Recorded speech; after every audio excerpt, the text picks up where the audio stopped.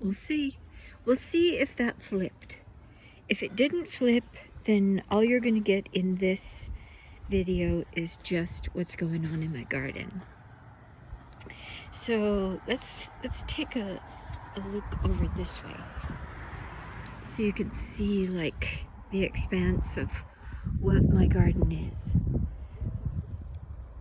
So we recently have just had this tree cut back, so that's the reason why there's this delineation right here, because that got no sun during this growing season. But I could actually be expanding my garden beds out to this area right here, because I'll have some sun to grow in. And so this is how you do growing when you don't have any money. I don't have any money to buy any oh, by the way, you hear all that? That is what happens. These school kids are getting out, and I swear they come out of their classrooms and they scream bloody murder. Like there's no self-control among these children. I don't know if some of them are autistic or what, too much sugar or just a lack of training. I don't know what it is, but they'll come out and they'll just literally scream. It's the strangest thing. So, yeah, I'm going to be expanding this. But how I do it is you can see like there's cardboard and leaves on top of the cardboard, and then just in some places where there's just cardboard. And then what I do is when I get cardboard, I lay it down over areas where I don't have anything growing, because this soil, rich as it is in earthworms, is a very clay-like soil. But I don't have any ability to fertilize it unless I make, like, let me see. I don't have any comfrey. Oh, the comfrey's just starting up. I'll make a comfrey fertilizer, and that will be all that I'll have. Because I can't, I have very little funds in order to grow. But you'll notice that, like, say for instance in this garden bed was, I brought soil in, but the soil has been incorporated by all the many earthworms, so that it just looks like the clay soil. And I've done a little bit of weeding out here as I've come to do some harvesting, because I do have this beautiful Russian kale that has overwintered. I have this chard that's overwintered. The dino kale. Here's some little bits of curly kale, but the curly kale didn't really do very well here. I've got some feverfew, lots of onions, and these have all been reseeded, and I've saved a lot of the seeds too. I have a lot of sage, and I've saved a tremendous amount of seeds from this. The comfrey doesn't have seeds associated with it because it's Russian comfrey. Over there we have some oregano. I also, I have some catmint in here and a little bit of catnip. And then this is my motherwort. More onions, lots and lots of onions. I use a lot of onions. And I also use a lot of this lemon balm. And the lemon balm itself has also seeded. So I have more lemon balm here. This is the old lemon balm. I can cut that back, which I will be doing. I've only just started working in here. You can see that all this is, these are just, I pull the weeds out and I put it on top of the cardboard for when the winds come. And then the winds will not take the cardboard up. And here is, so far, what looks like my only mullein that's seeded. And I love those when they seed like that, instead of when I have to go to the river and bring some back. Because when I go to the river and bring them back, they don't grow as robust as when they're seeded. Here's some more lemon balm that reseeded. You can tell that my mouth is kind of hurting if I'm bending over like this. It still hasn't completely healed. These collards, they stayed good through the winter, and they're really doing really well. They got trimmed back by the deer.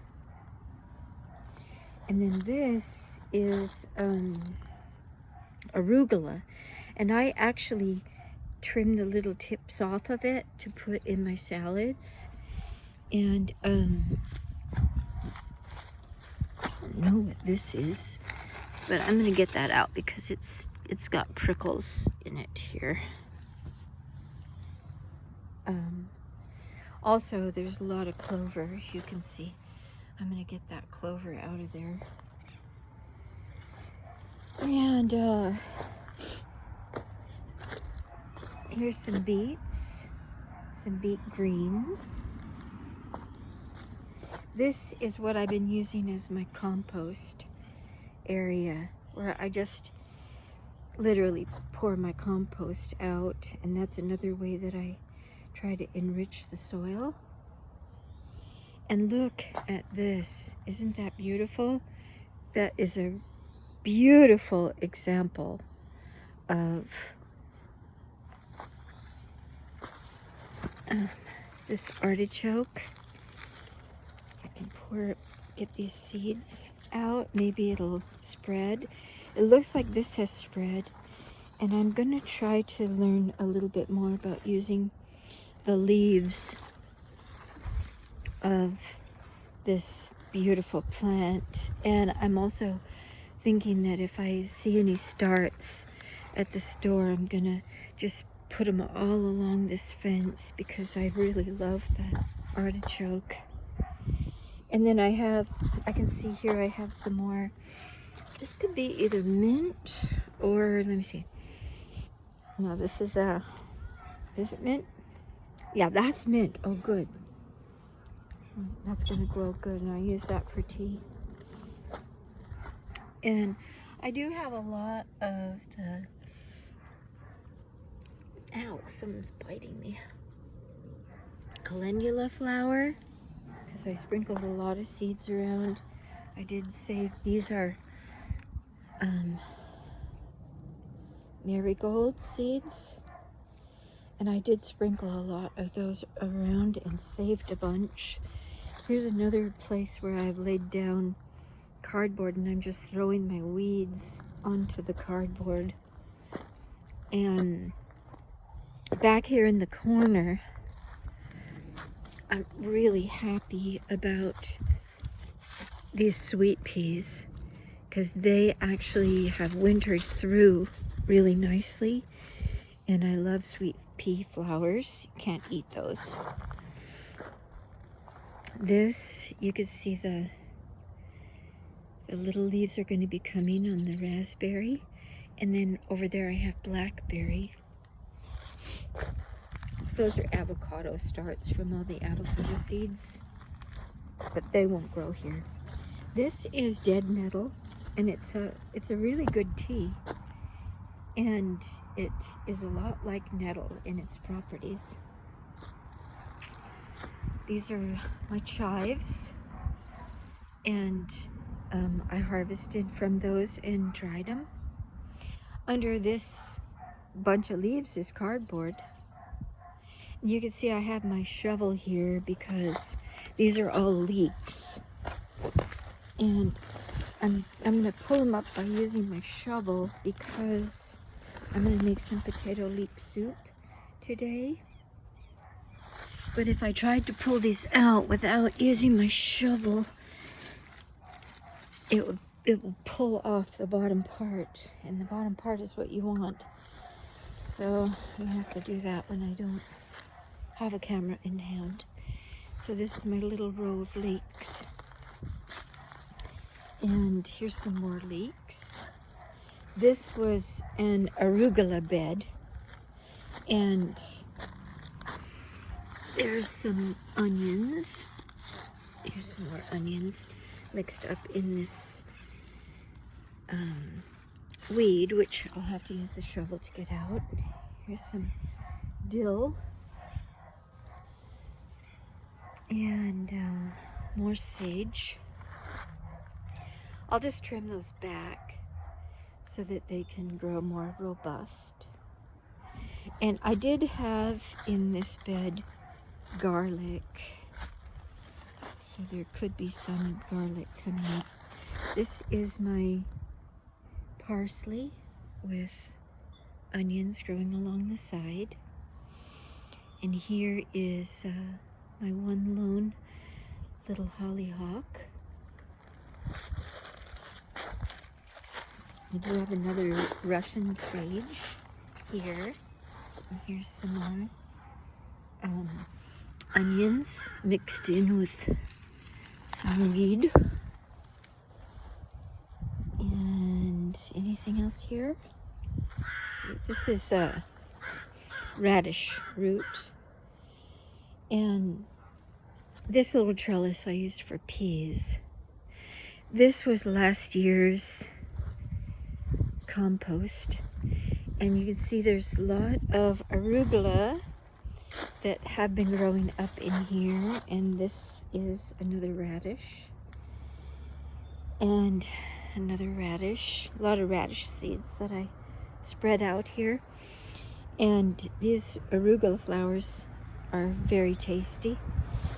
But I'm going to pull up all of these weeds, put them at the other side of the garden, and then this whole area right here is going to be potatoes. We got some calendula growing in there. I didn't grow potatoes last year, and I also didn't plant any garlic this year. So here's some potatoes that are already starting to grow. I don't know what I'll do, and I try to keep the same rows. And then under these leaves, of course, are a bunch of cardboard. So that is this area. I have another area that I plan on. I have a dream for this area over here that I could get a little greenhouse, because in this climate, having a greenhouse to start seeds is very nice. So, and this is just where I hang my clothes. And but I have to, I have very little money to do anything with, so everything goes very slow. This is 3 years, and we didn't really, this is what my neighbors' houses look like, and this is one of the better ones. We live in a very poverty-stricken street. This along here are, very first thing I planted was these hydrangea, and it looks like the cats are pooping in here. Dagnabbit.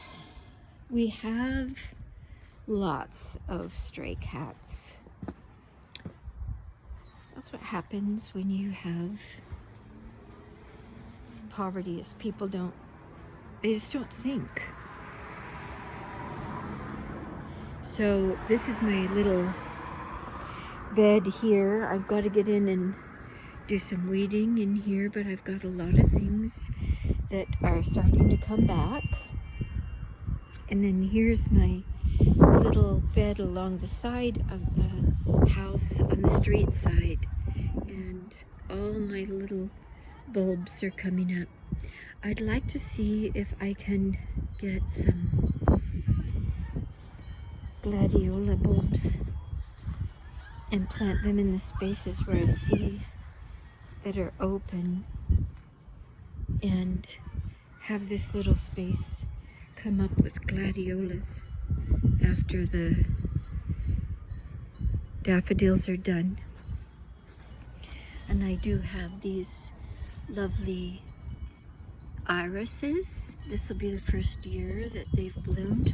I took them out of another area and replanted them over here. And it's taken this whole time for them to get themselves where they're gonna bloom for me here. And there, right up there, is our little church that we love so much. So that is